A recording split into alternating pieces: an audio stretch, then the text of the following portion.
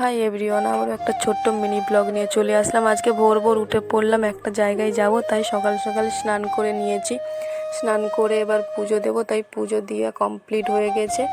চলো দেখতে থাকো পুরো ভিডিওটা, যে কোথায় যাচ্ছি। তোমরা দেখো, পুরো ভিডিও দেখতে পারলে তবে জানতে পারবে যে কোথায় যাচ্ছি। আমরা রেডি হয়ে নিলাম, এবার যাব। দেখো, আমরা গাড়িতেও উঠে পড়েছি।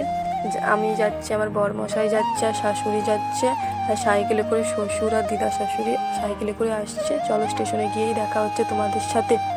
আর আমাদের হাবড়ায় জয়গাছির মোড়ে একটা শপিং মল হয়েছে, তোমরা আসো, এসে ঘুরে যাও। ফাইনালি আমরা হাবড়া স্টেশনে চলে এসেছি। এসে টিকিটও কেটে নিলাম, তারপর গুটি গুটি পায়ে স্টেশনের দিকে এগিয়ে চলে এসেছি। এবার ট্রেনে উঠবো।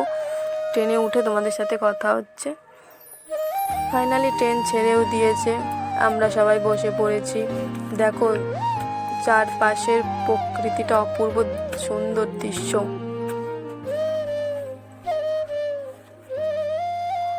আমরা সবাই মিলে বসে পড়েছি। এই ট্রেনটা শিয়ালদা পর্যন্ত যাবে, আমরা দমদমে নেমে যাব। দমদমে নেমে পড়েছি, এবার ডানকুনি লোকালের জন্য আমরা ওয়েট। এখন আমরা দক্ষিণেশ্বরের ওভারব্রিজ থেকে হেঁটে হেঁটে যাচ্ছি, আর অনেক দোকান বসেছে। দেখো, সব দোকানগুলো দেখাতে পারি।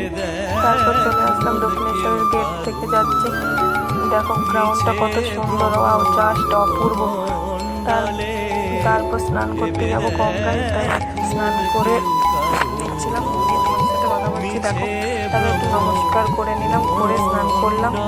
এখন আমরা পুজো দেওয়ার জন্য ডালা কিনতে যাচ্ছি। ডালা কিনে আসি, এবার মন্দিরে তো কম নিয়ে যাওয়া হচ্ছে, তাই কিছু দেখাতে পারছি না। ফাইনালি আমরা পুজো দিয়ে চলে আসলাম। ভেতরে অনেকটা লাইন ছিল, লাইন